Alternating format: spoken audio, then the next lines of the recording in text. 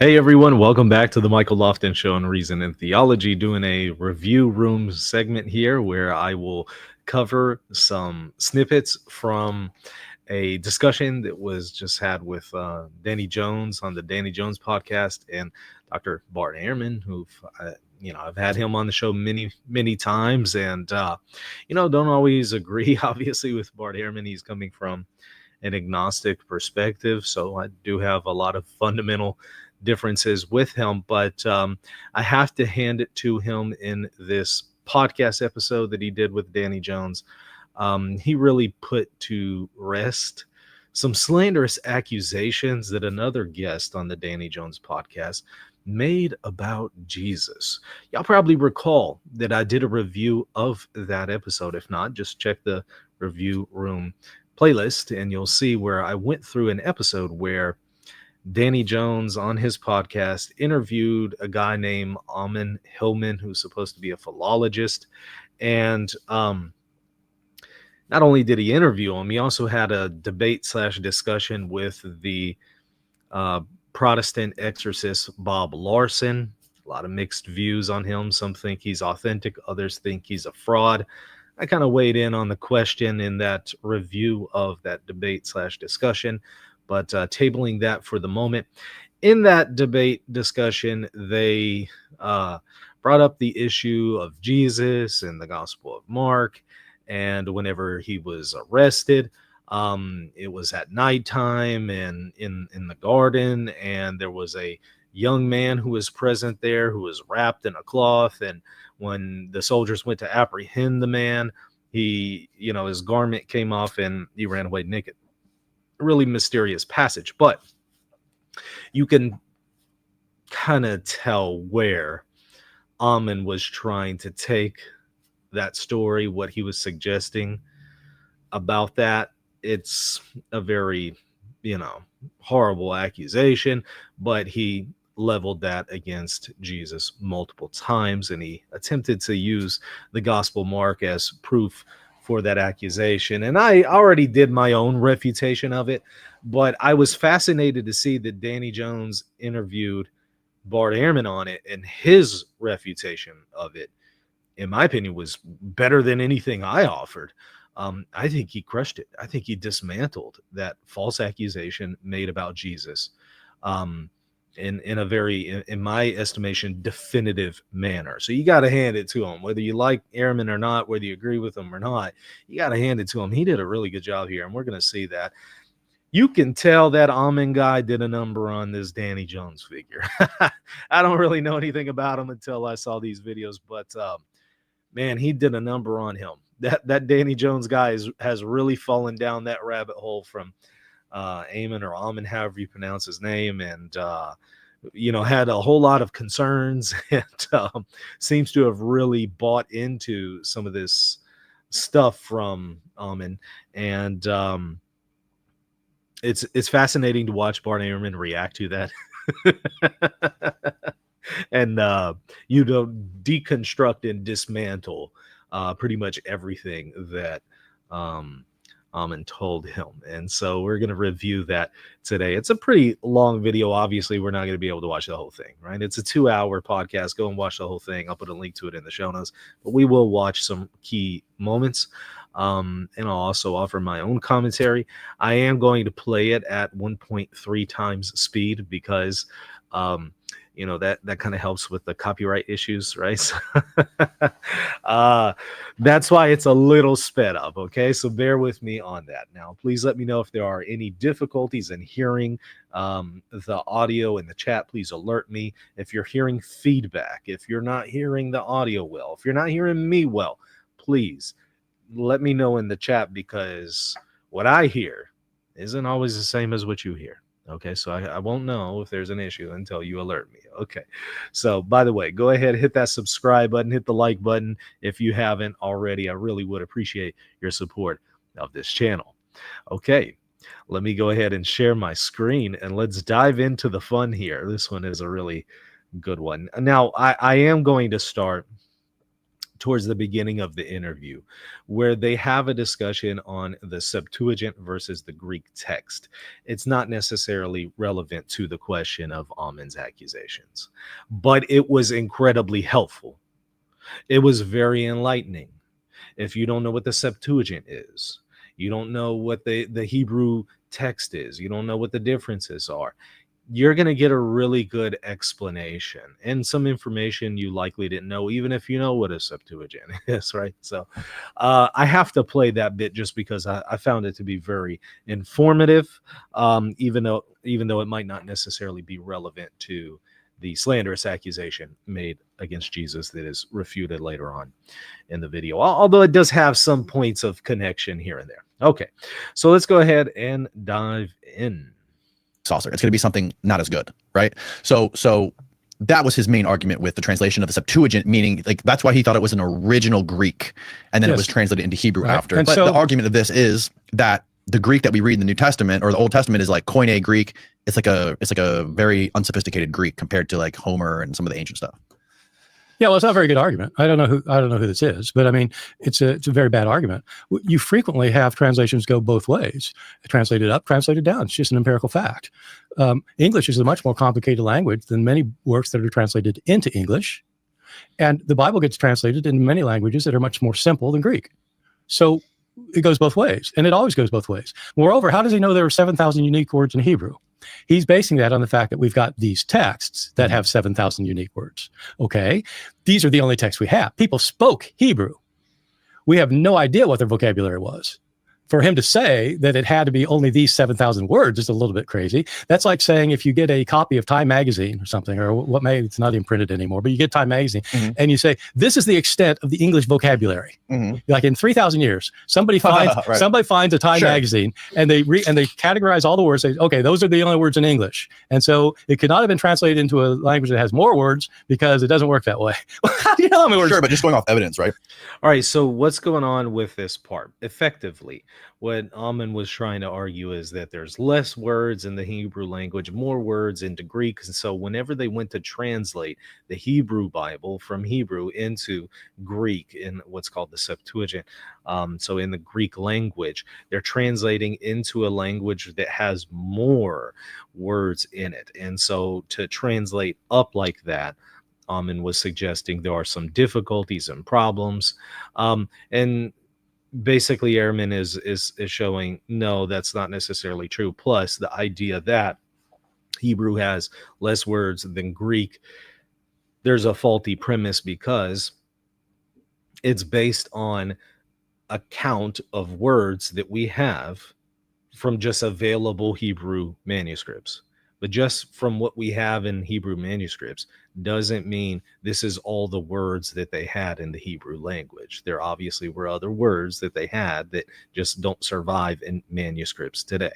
That's kind of what he's proving here. We have evidence. What's his evidence? Sorry? What's his evidence? I'm saying just going off evidence of word counts, unique word counts for those languages today. We only have 7,000 unique words for ancient Greek. We have over 1 million. We only have 7,000 for ancient Hebrew. And we have 1 million for ancient Greek. Right. Maybe That's what those we have today. Those are estimates, right? Those are samples. Maybe No, they're not estimates. He's basing this on account of what the Hebrew words we have. But when people translated the Hebrew into the Greek, they didn't have just those 7,000 words. This was 2,000 years ago. Okay, but do you think that do you think the scale was similar though? Do you think so? Right, it doesn't matter how similar it is because it's not always that you take something more complicated and make it more simple, or that you take something more simple and make it more complicated. You can absolutely just show time after time after time where that isn't how it happens. There are also very good reasons for thinking it did not go from Greek to Hebrew. Okay, what would be a good example of something that went from of a translation that went from a language that was less complicated to something far more complex? That went from something less complicated to more complex. For example, Hebrew to Greek. Coptic is a very simple language in many ways. You have Coptic, we have ancient Coptic texts. The grammar isn't as difficult. It gets translated in English all the time. English is a far more complicated language. Okay.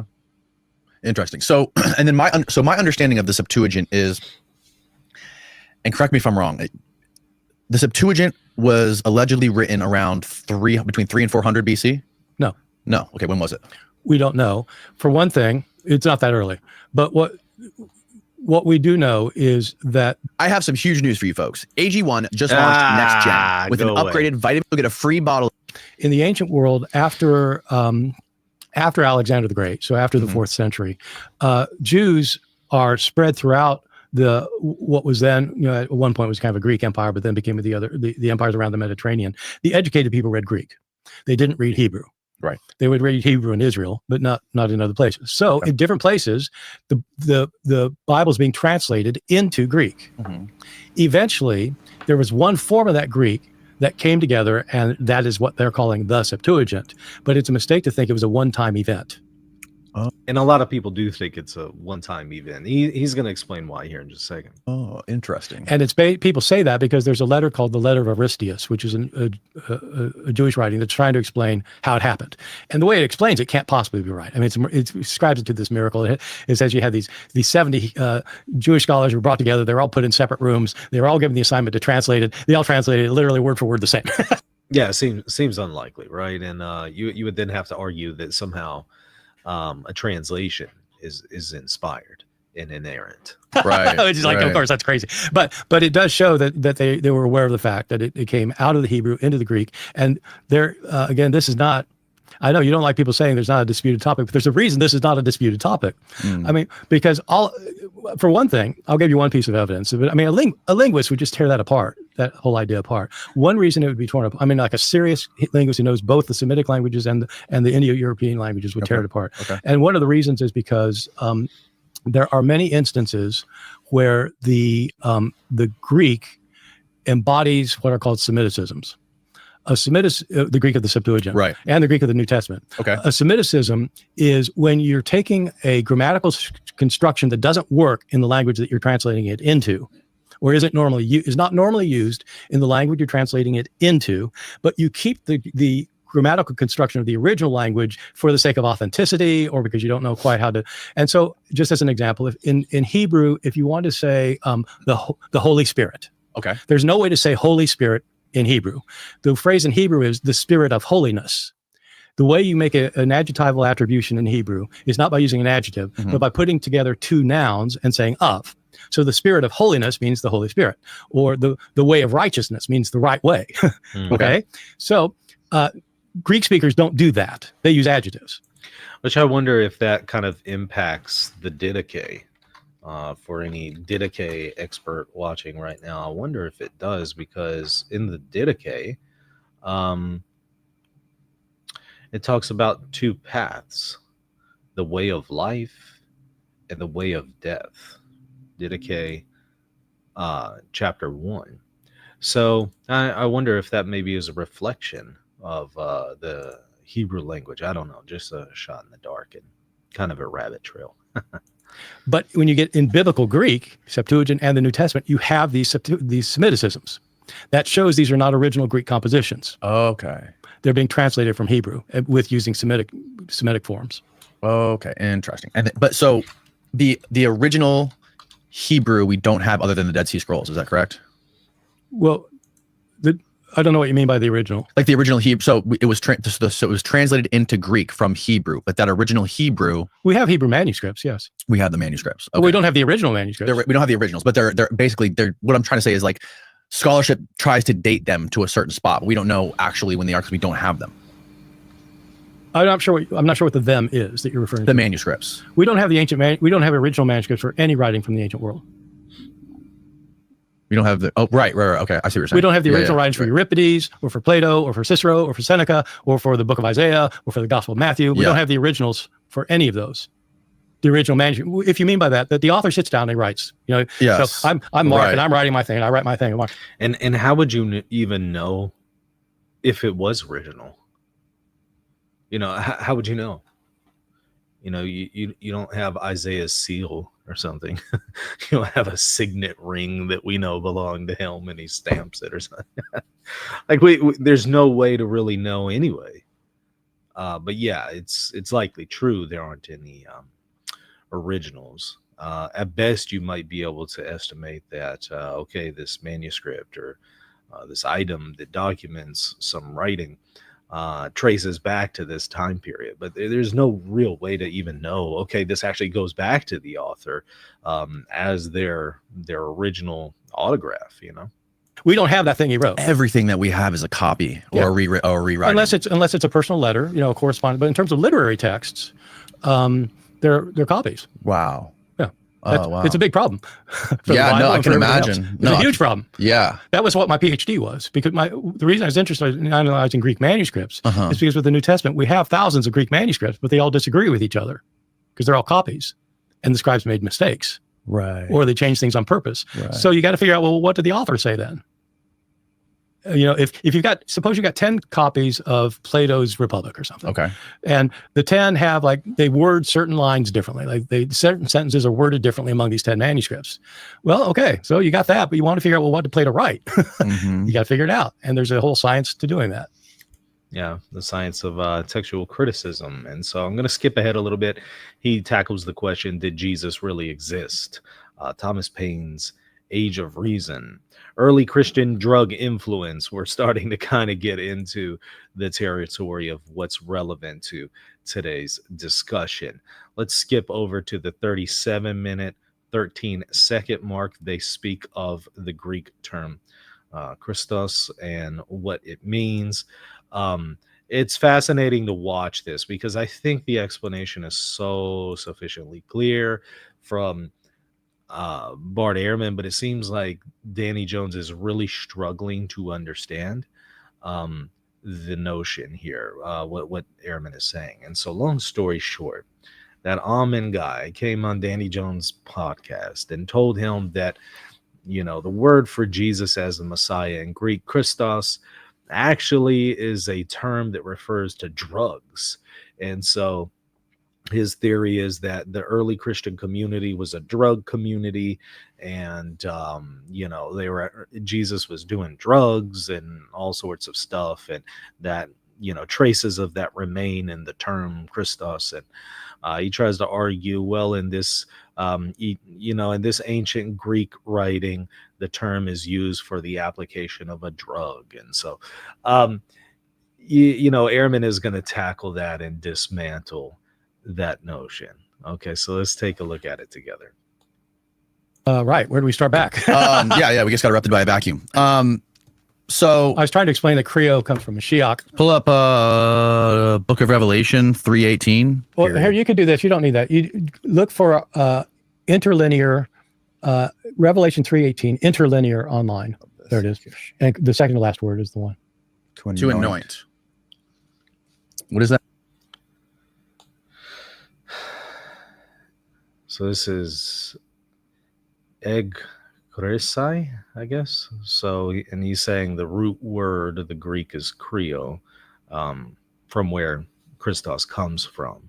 And so he's going to tell you what kreo means. Oh no, that's N kresai, as it notes here, not a G. That's not even Creo, is it? Well, it is. So the first two letters mean in. So it's to anoint on. So Creo is the. If you move the cursor, you can see it better. Yeah. So you see that thing looks like an S. Kresai. Okay. So it's just saying that you anoint the eye salve on your eyes. So an eye salve it's like taking eye drops. So what is it? What are they talking about there? What's going on there? He's saying you've got blurry eyes. He's saying you're naked and you've got blurry eyes. Go to the pit before it so we can talk about the whole thing. Yeah. Oh, I see. This, you know what? It helps for if I just actually look at the passage in my text, because this is one of the in Revelation 3 is one of the is a passage where Christ is writing to one of the seven churches of Asia Minor, and he's writing to the church in this is 3:18. So he's writing to the church in Laodicea, and he's ticked off the Christians in Laodicea because they are not fervent enough in their faith. This is Christ. Christ is dictating a letter to the prophet John, who's writing the letter to this church in Laodicea, which is in what's modern Turkey. Okay. And he's ticked off because he says, "You're not hot or cold. I wish you were either hot or cold. Since you're lukewarm, I'll spit you out of my mouth," he says. Yeah. It's Revelation 3:16. Yeah. So Christ is being portrayed as being ticked off because people aren't either for him or against him. They're kind of lukewarm Christians.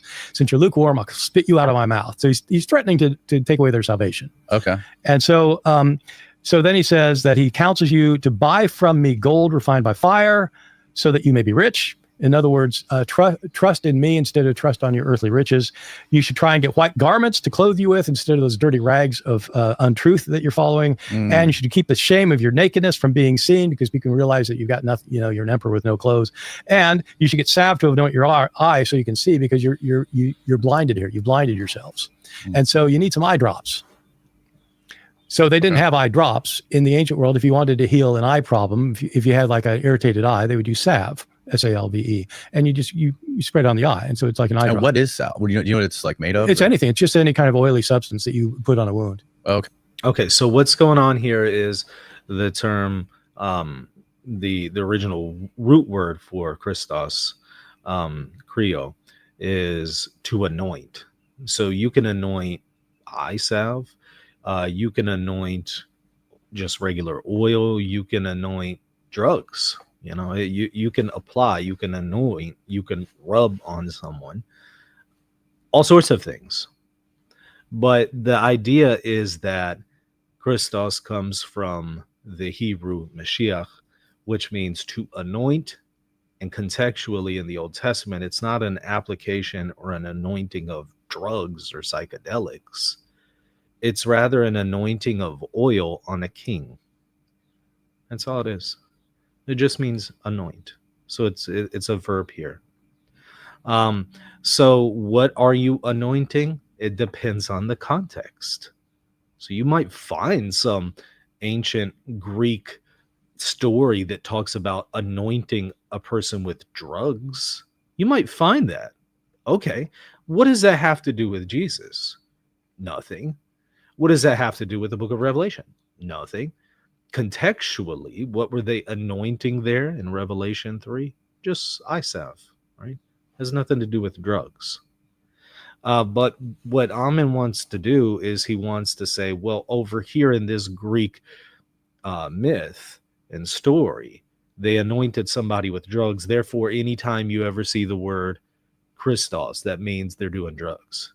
It just doesn't logically follow. If I just said rub, okay, rub what? You can rub drugs on somebody. You can rub oil on somebody. Oil isn't necessarily drugs, right? So, but that would be like, well, if you find over here in this newspaper, it spoke about rubbing drugs on somebody. Therefore, anytime you ever see the word rub, it means they're doing drugs. Doesn't logically follow. That's not the way language works. Rub what? Well, that is determined contextually. Okay, so that's where Ammon is trying to get some of this, and Ehrman is having to deconstruct that narrative that Ammon has it looks like successfully imported into Danny Jones's mind. Okay. Yeah. So there's no relationship to the word Christ. Well, no, it's the verb. The word Christ comes from the word anointed. The word Christ is not a common word in Greek. Mm-hmm. It's rare. Yeah, probably if the Apostle Paul went into some city and said, I wanted to preach you about Christ, they'd have no idea what he's talking about.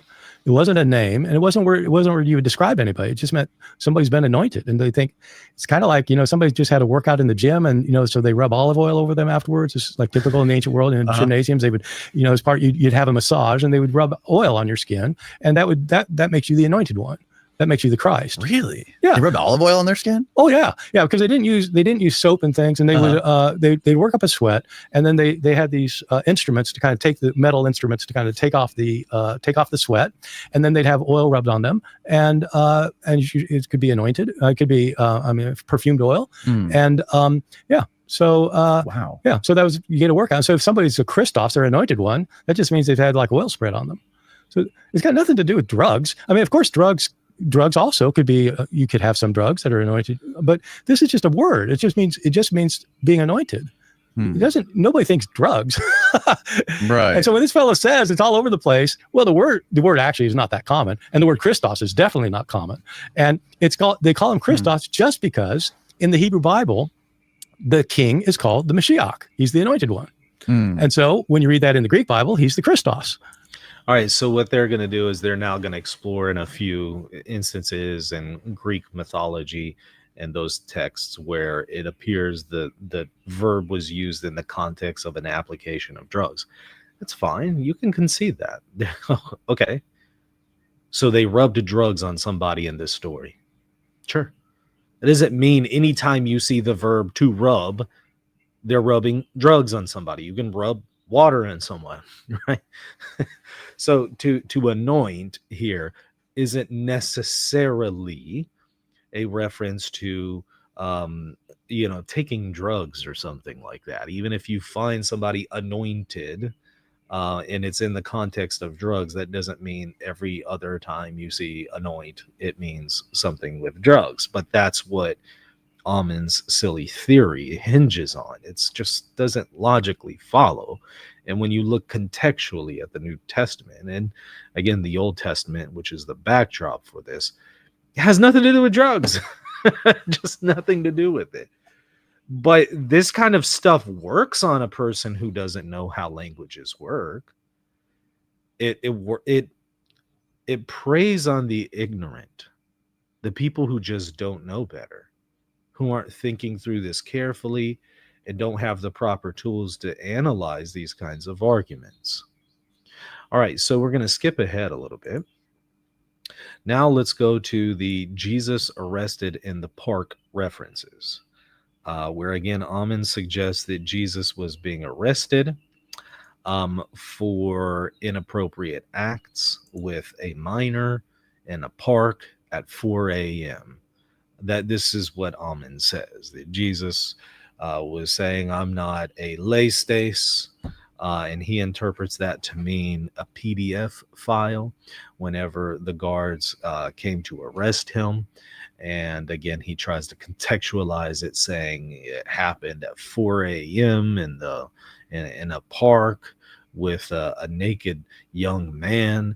And it's silly. It doesn't actually reflect the text, but what he's doing is he's latching on to a few words and he's saying, okay, well, leistes here, well, that was used in one context for something along those lines, so it must mean that here, even though contextually that's not what's being said. It just refers to one who is an insurrectionist. And so again, it capitalizes on people's ignorance of languages, of the context of the Bible, everything. And so it's a really ridiculous and even blasphemous accusation. Watch how Ehrman masterfully deconstructs this narrative. I don't know if he did it successfully in Danny Jones's mind, but for anybody who's being serious here, this is enough to demolish what Ammon said. Of Independence was written originally in French, and this is the first time anybody said it, living hundreds of years later. Would then, like in 2,000 years, oh yeah, but that person said it. Yeah, I see what you're saying. It's hundreds of years later by somebody who had no idea. Right. And see what you're saying. So look, all right, I've already explained why the Septuagint is. No, we're already past that. I made a mistake it applies to the Credo thing. Right. It's the same thing. It's the word can be used, of course, for medical application. Right. Okay. And then the word, when Jesus was arrested in the park at 4 a.m. in the park with the boy. We're not told what time it was. We're not. Okay. So no. Was it night? Or do we know if it was a night or a day? Do we know when the SWAT team came? So it's in the evening. He's arrested in the evening. He's had his last supper. Mm-hmm. He goes out and prays. The figure of the boy in the park is in Mark 14. Yep. And it's only in Mark, and it's a strange passage. Very strange. Yeah. So it'd be nighttime.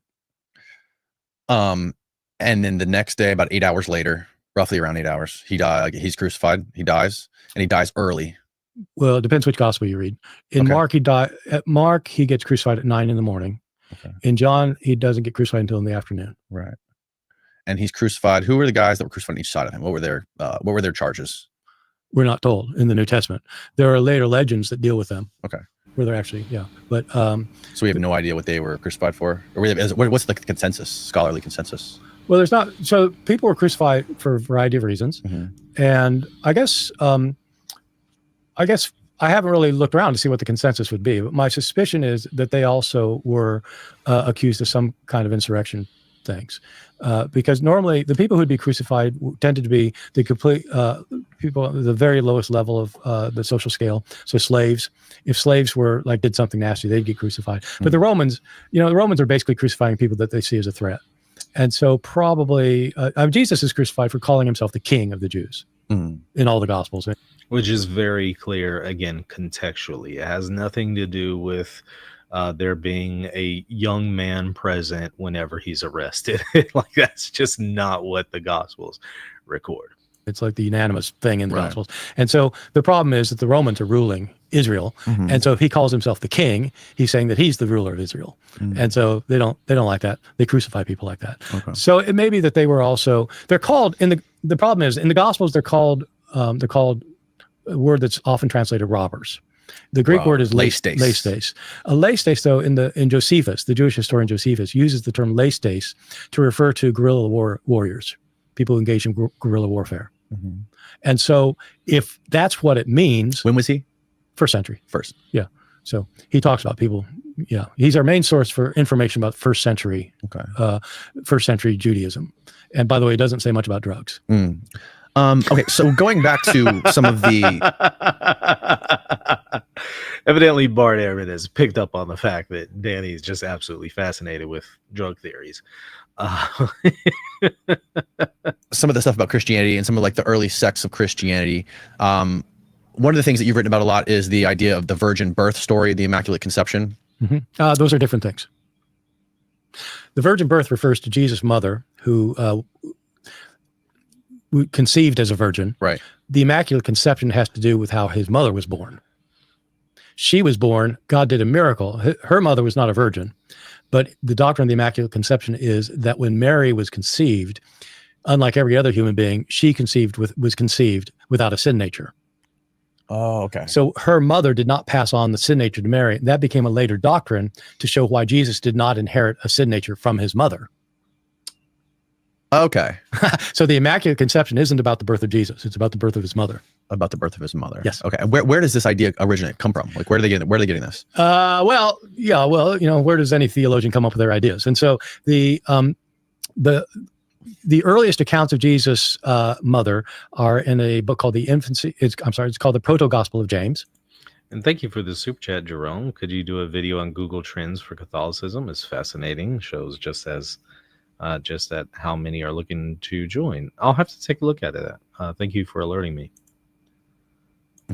And it is a early 2nd century book, and it actually doesn't even mention the Immaculate Conception yet. In this account, it is an account of Mary's birth, and it's a miracle because God gets her pregnant even though she can't get pregnant from her husband. But the strange thing about this story is that it's actually a virgin birth rather than a virginal conception. So a virginal conception is in the New Testament. That's when in Luke and Matthew, she conceives without having sex. But that's different from a virgin birth.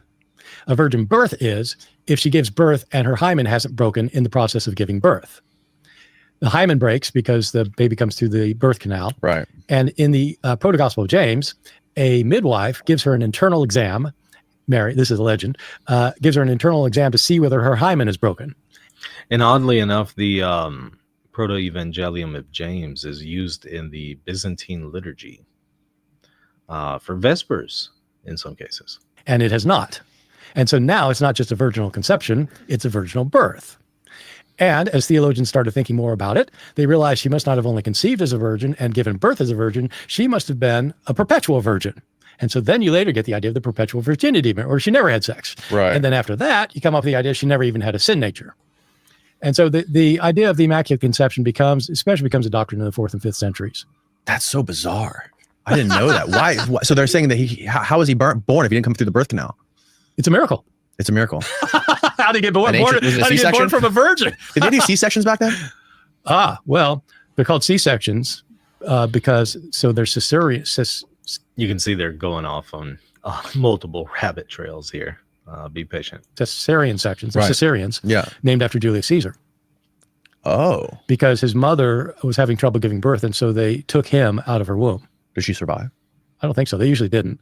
In the ancient world, they usually would take the baby instead of the mother. Oh, wow. I had no idea it's named after Julius Caesar. Yeah. That's wild. Yeah. See, that's why I'm here. Yes, that is why you're here. Wow. That's fascinating. That is fascinating.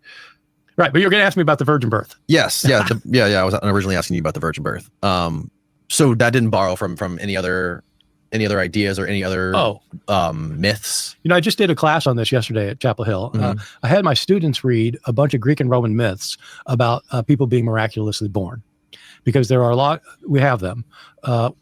We have accounts of a god getting a woman pregnant throughout Greek and Roman mythology. In every case, though, the god the woman is not actually a virgin in the Greek and Roman versions. Most of the time, she's just a woman who's had sex a lot, never had kids, or God gets her pregnant, but a God gets her pregnant. But the God always has sex with her. And so there are these fantastic stories. My students thought this was really bizarre, because you have these stories about how Alexander the Great was born. And it turns out that Alexander the Great was born, that he was the son of Zeus. And Zeus came down in the form of a snake and lay with his mother.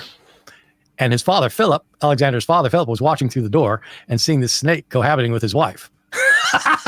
And then she got pregnant by the snake, who was Zeus. And Alexander the Great was the son of Zeus, because the snake got her pregnant. Oh, my God. With the snake. Yeah, it's very incestual. And Freudian is to boot. And so the snake figure. So Freudian, yeah. Yeah. So, but in any event, so you have these stories of gods getting women pregnant. Right. What doesn't happen is God's getting that she remains a virgin.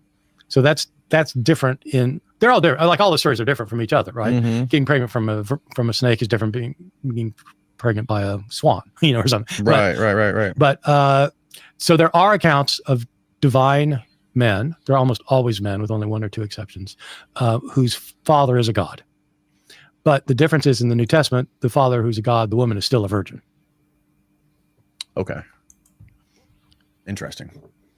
In other words, there's been no penetration, whereas in the Greek and Roman myths, there's penetration. Yeah, it seems like the Greeks and these ancient cultures were obsessed with this stuff. They were just obsessed with this, like, with nasty, what, sex? Yeah. I'll skip ahead a little bit here, because then they're going to get into a really, I think, just inappropriate discussion about the Fibbeianites. Y'all heard of them?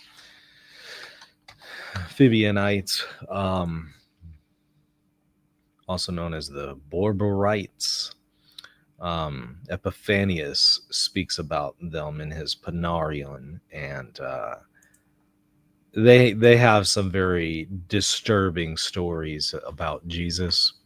They claim we're apostolic in nature. They claim that Jesus did certain things that I'm just not even going to repeat and go into.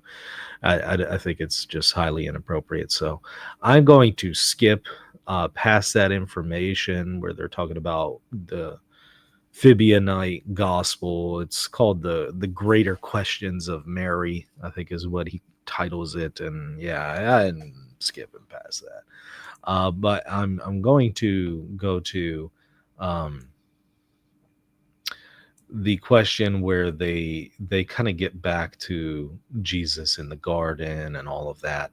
Let's maybe skip over to the 1 hour 39 minute mark. They're going to talk about biblical scholars and their biases and stuff like that. But I think they eventually get back to the question of what's going on in the garden. It's not appropriately time-stamped on Danny's show, so I don't know exactly where it is. We're going to see, I think it's around the 1 hour 39 minute mark, maybe a little bit before that.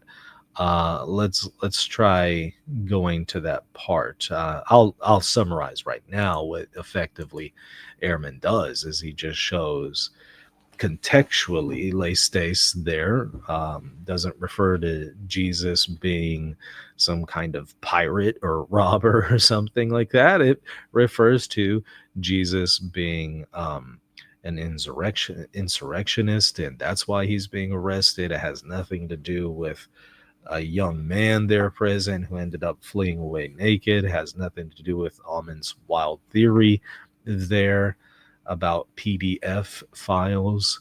It has No, yeah, just contextually nothing to do with that. And what Ammon is effectively doing is he's relying on instances where maybe leistes was used in that context in another document, but that has nothing to do with how the term is being used here, right? So skip ahead just a little bit to the 1 hour 39 minute mark, and let's see what they talk about right around there. This is like, it's fascinating, and it would be great if I could get him in the room with a scholar, North African viper. And Jesus said no, he refused to take it, and he died early. I went past the mark. Let me skip back a little more. It's not clear whether he may afford to. Interesting. Yeah, yeah, there it is. Yeah, I love this part right here. If there's theological, the drug theory, what's happening in the park is Jesus was participating in the mystery in the upper room prior to when he was in the Garden of Gethsemane. Mm-hmm. And he was drinking viper venom, the death inducer. So his idea of how people participated in the mystery was they would ingest the viper venom, come up to the edge of death to where they're about to die, and then they would take the antidote. And according to Galen, the way they came up with the antidotes to things like viper venoms was sort of like antibody therapy, like ancient antibody therapy. So they would take young people who had way better, more robust immune systems. They would slowly give them an introduction to viper venom with like a small cut in the skin where they'd impregnate the bandage with venom, wrap the cut in the skin. So they would do a slow introduction of the venom. So it wasn't enough to kill them, but their body would fight it off and create antibodies. So then they would use the young person's bodily fluids as an antidote for the older people who got high on the viper venom. So you get high on the venom and then you take the body fluid so you don't die, right? So it would save you. It'd be the antidote. This is the theory he got from Ammon as to what is going on in the gospel. And what Ammon says was the Antichrist, because the drug was the Christ. The drug was the Christ. Sorry. The antidote was the Antichrist. All right. Okay, so the kid had the bandage on him because he was the antidote, because Jesus was tripping on viper venom in the park, right? The kid was there because Jesus needed that kid's bodily fluid so he wouldn't die from the viper venom. Look at Danny's face. He is like so sincere. He's like, he really, that guy did a number on this man. He's like seriously asking this to. You had a top scholar and you wasted his time with this. There's so many other more productive questions to ask, but he's sincerely asking, like, he's really confused. He really has bought into this and is wondering, is there any merit to it? And so, Ehrman, as a gentleman, is going to deconstruct it respectfully. So it's his antidote, so he would survive that psychedelic trip that he was on. The kid ran away. Jesus was crucified. When he's on the cross, he's screaming out, he's thirsty, I'm thirsty. They tried to give him the sponge. His followers tried to give him the sponge, which had the antidote on it, the Antidote for the deep sauce, according to Nonus, the antidote to the horned North African viper. And Jesus said no, he refused to take it, and he died early because he refused to take the antidote. And that's the explanation to why Jesus died early and why he was screaming and why he was so thirsty on the cross, is because when he was arrested in that park, the boy was his antidote, and the boy ran away, so he didn't get his antidote. That's a fun one, isn't it? Well, yes, I suppose. Look at Ehrman's face. It is fun. So, yeah, well, I think that, every theory needs to be considered seriously. Okay, I appreciate this from Ehrman. Okay, because he could have just laughed at this guy and just said, yeah, that is the dumbest thing ever. That's not going to help Danny, though, because Danny's really convinced of this, right? You might say it's ridiculous, but okay. But he's sincere, right? He's really convinced that there's some truth to this. He's been very misguided. Okay. So what Ehrman is going to do is he's going to kindly walk him through the stupidity of this theory and show him why it's ridiculous. And I appreciate that. I mean, instead of just laughing at the guy and dismissing him and moving on, he's actually taking the time to deconstruct this most ridiculous and ludicrous theory. Yes, I guess. And one needs to evaluate probabilities. Sure. And for openers, in the text, it's clearly a Passover meal. In all of the Gospels, Matthew, Mark, and Luke, it's the Passover meal. And it doesn't say anything about Jesus drinking venom, obviously. What he does is he takes so at the Passover meal, we know what foods were eaten at a Passover meal, included unleavened bread and several cups of wine. And he takes the bread and breaks it and says, this is my body. And he takes the cup of wine. He says, this is the new covenant in my blood. So normally at Passover, they weren't drinking venom. We have no record of anybody drinking venom at Passover. We have many, many, many references to people drinking wine.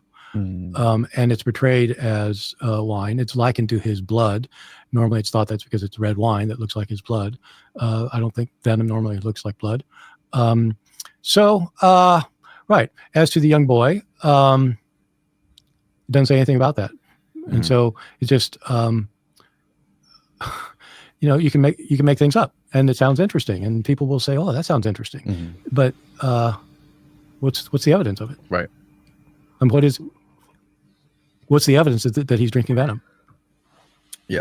And what is it? This is, like I said, it's fascinating, and it would be great if I could get him in the room with a scholar that has the capacity of the Greek who could combat him, because most Bible scholars, they don't understand the Greek to the level of a classical philologist. So they understand it well enough to refute that one. I mean, okay. How hard is it? I mean, blood is hyma. Is that used for venom? So I think you don't need look, there are a lot of biblical scholars who are very fine linguists. I mean, superb. Aren't most biblical scholars though? Like, this is the contradiction of a Bible scholar, is that most of them, and correct me if I'm wrong, they subscribe to Christianity. So they're a scholar of their own belief. Yeah, but Christianity doesn't mean fundamentalist.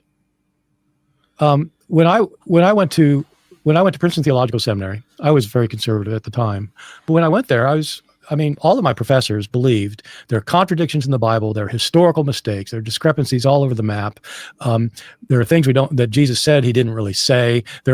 Just like they all agreed to that. And so it isn't like they're a bunch of fundamentalists just going around trying pounding the Bible. These were very serious scholars who are, and so I think it's unfair to say that they can't be trusted because they have some religious beliefs. You have to look at the scholarship for the scholarship. Plus, there's plenty of us who aren't religious at all, who study this stuff, who think that sort of thing it's just like, sorry, but no. Okay. I mean, if I come up with some account of, Joe Biden being taken out of this world by a Martian spaceship, and that's why we don't see him anymore, I can certainly say that, and there'll be people who believe me. But there'd be ways to kind of check to see if it's right. And the problem in the world right now is people don't check to see if anything's right. They don't. Yeah. They can't. People won't even. If they hear something, they assume it's a fact. And of course, politically, that's a big problem. Yeah. Because on both sides, people just assume things are facts without bothering to look into them. Right. It's tribalism. But in my field, there are ways to check out facts. So people should do that. Yeah. No, it's interesting because most people, most religious, godly people, they don't look that deep into this stuff because it gets messy when you really get deep into it. You know what I mean? It's the general idea of it. Like we were talking about Thomas Paine earlier, like the general idea of believing a higher power and the idea of Jesus. It's like a good moral framework for society, right? But when you really that's the whole point of, what your history is and the stuff that you've looked into is like when you start to excavate all these texts of ancient history and the Gospels and all that thing, you'll find out that it's really messy and it's not that simple. But that's like you can't discount the moral value and the structural framework that religion provides for society. Well, a lot of people do, and my view of it is that religion can be used for good or bad, and there are horrible things that get done in the name of religion, obviously, but there are also good things that get done in the name of religion. Sure.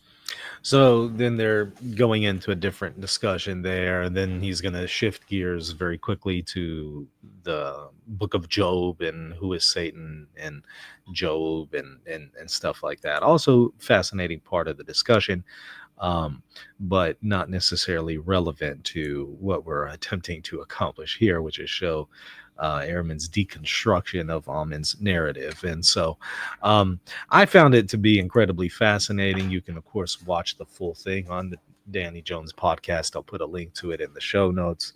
I thought it was interesting because Danny was saying, why won't scholars debate them? I keep trying to get scholars to debate them. And I think because they see that Ammon really looks like a grifter and a troll and doesn't appear to be someone who can be taken seriously. So it's not that they can't refute this, it's that they don't want to feed the troll and somehow harm their reputation by doing that. I think that's where they're coming from. And, seems like Ehrman kind of alluded to that in the discussion because he weighed in on the question of why some of these people aren't engaging him directly in a debate or discussion. But you can clearly see someone like Ehrman, again, he has no dog in the fight. And he's not going for Ammon's theory, and he shows you why based on evidence. He's just saying linguistically, it doesn't make sense. Contextually, it certainly doesn't make sense. And so what Ammon was doing is really just, it appears to be a grift and capitalizing on people's ignorance of the language, of the context of the Bible, of the stories themselves. For one reason or another. And it really did a number on Danny Jones. But maybe, Ehrman was able to successfully dislodge Danny from some of this stuff. Maybe moving forward. We'll see. Maybe if he continues to have people on, beating a dead horse with this topic, then we'll know he's still kind of caught up in all that stuff. So we'll see. But hopefully this helps bring y'all clarity. If you were a little confused as to that claim that Ammon was making, maybe this helped also deconstruct that narrative. If it did, please let me know in the comments section. Also, don't forget to hit the like button and the subscribe button. I would greatly appreciate your support for the channel.